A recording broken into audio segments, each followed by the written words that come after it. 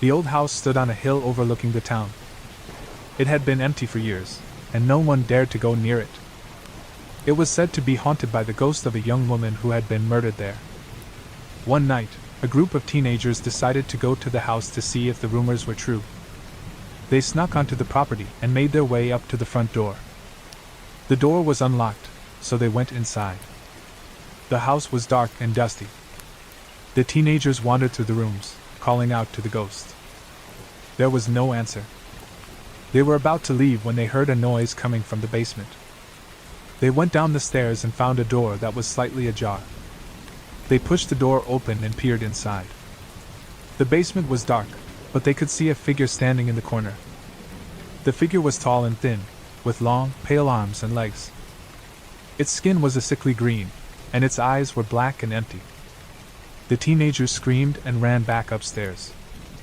They burst out of the house and ran down the hill. They didn't stop running until they were safe at home. The next day, the teenagers told their parents what had happened. The parents didn't believe them at first, but then they heard the news. A young woman had been found murdered in the old house.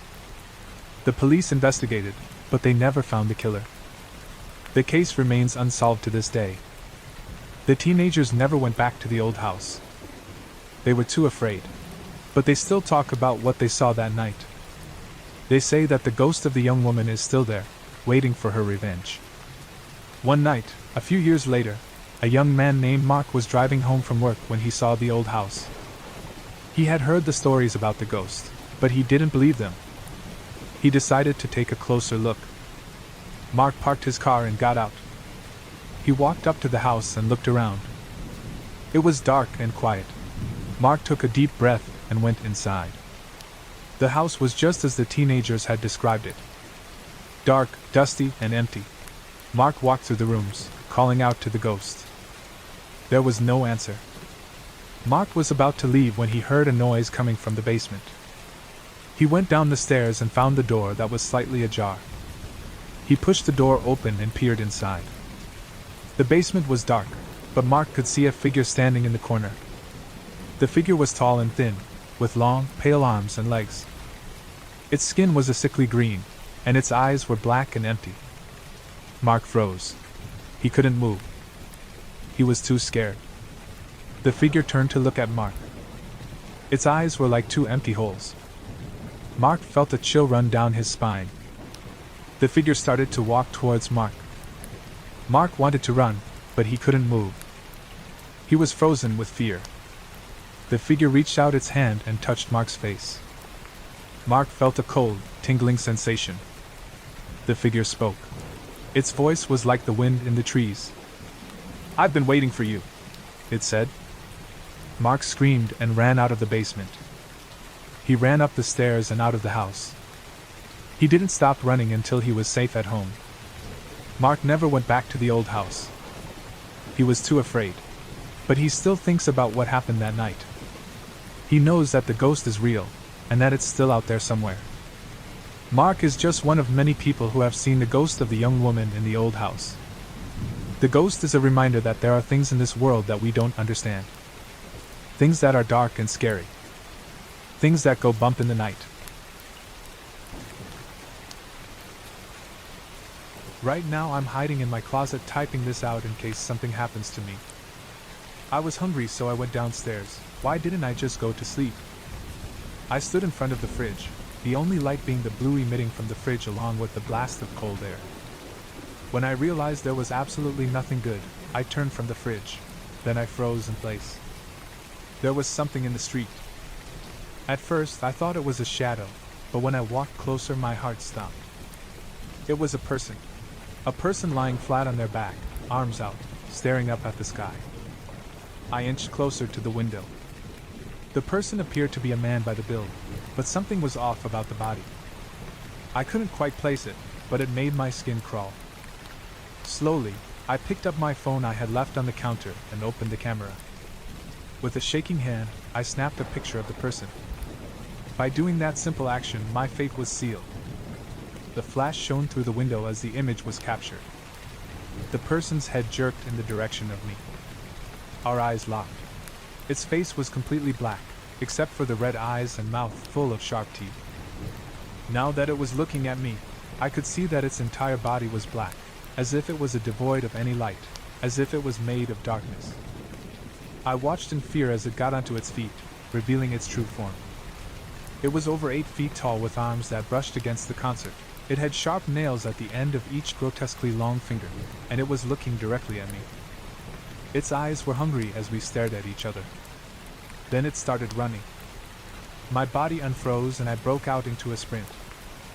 I ran upstairs right as I heard something slam into my house. Glass shattered downstairs and I heard a guttural scream. It was inside. I ran into my closet and pushed the clothes out of the way, burying myself to get away from whatever that thing in my house was.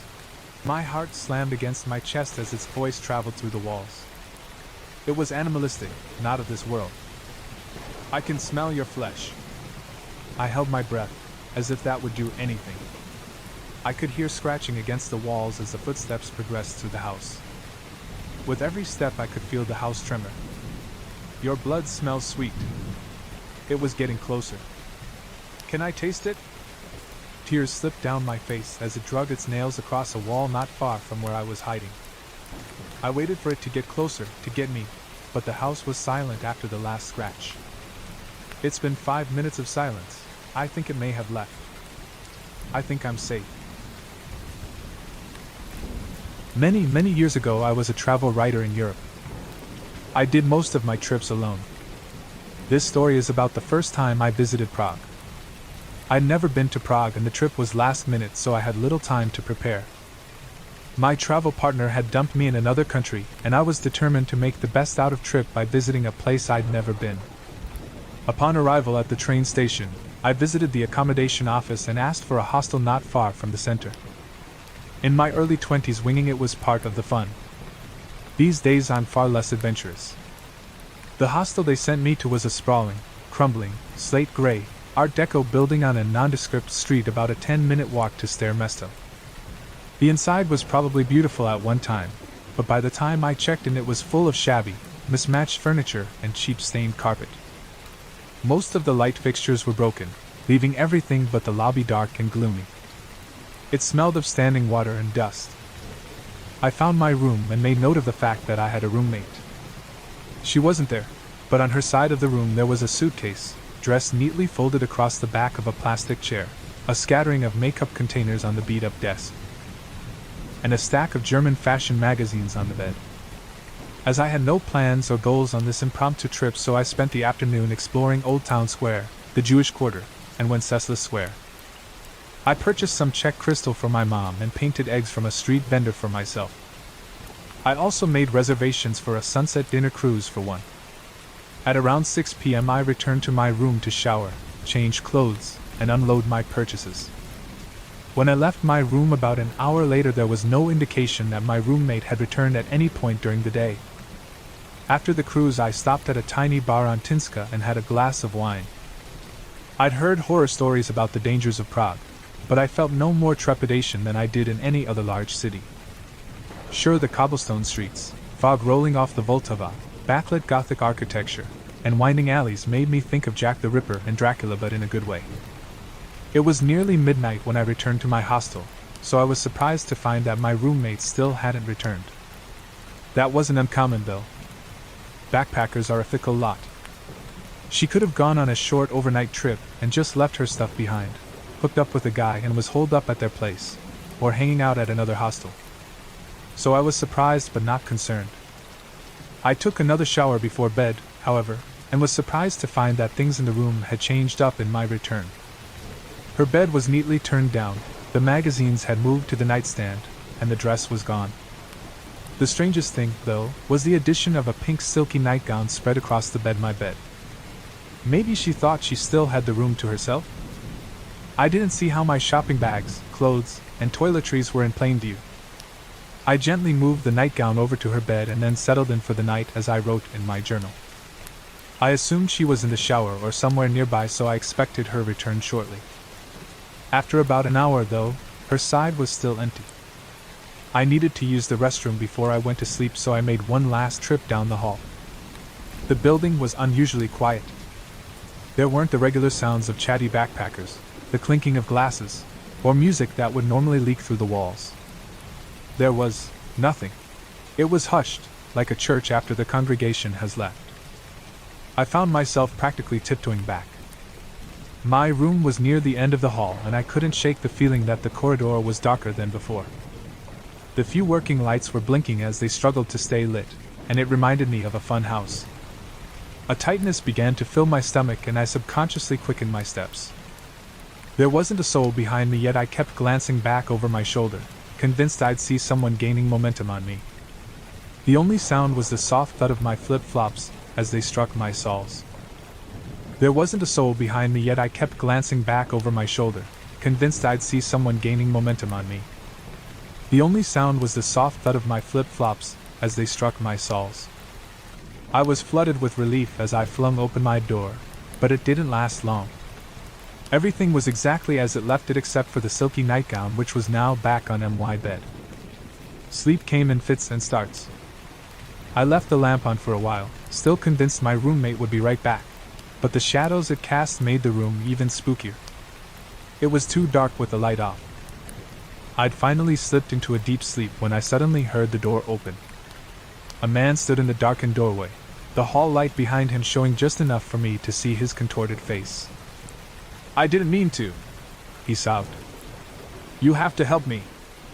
Too confused and disoriented to be scared, I sat up, scrubbed at my eyes, and reached for the lamp switch. But once the room was light, I saw that the door was closed. There was no man. I quickly bounded off the bed and went for the door. It was locked. Nobody could have entered without a key. And the hallway? Empty. I passed the rest of the night fully clothed, sitting up in bed, and with the light on. Though I'd paid for 2 more nights, at 7 a.m. I gathered all my stuff and went down to the reception desk to check out.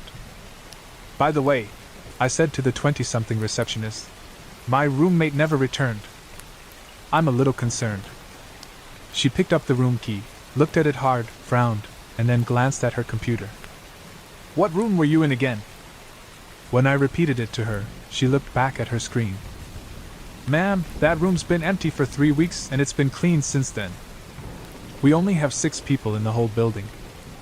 The hostel has since been renovated and is now a luxury hotel." I realized that we didn't physically meet, but I thought it relevant since I seemed to have met someone. Someone entered and left my room.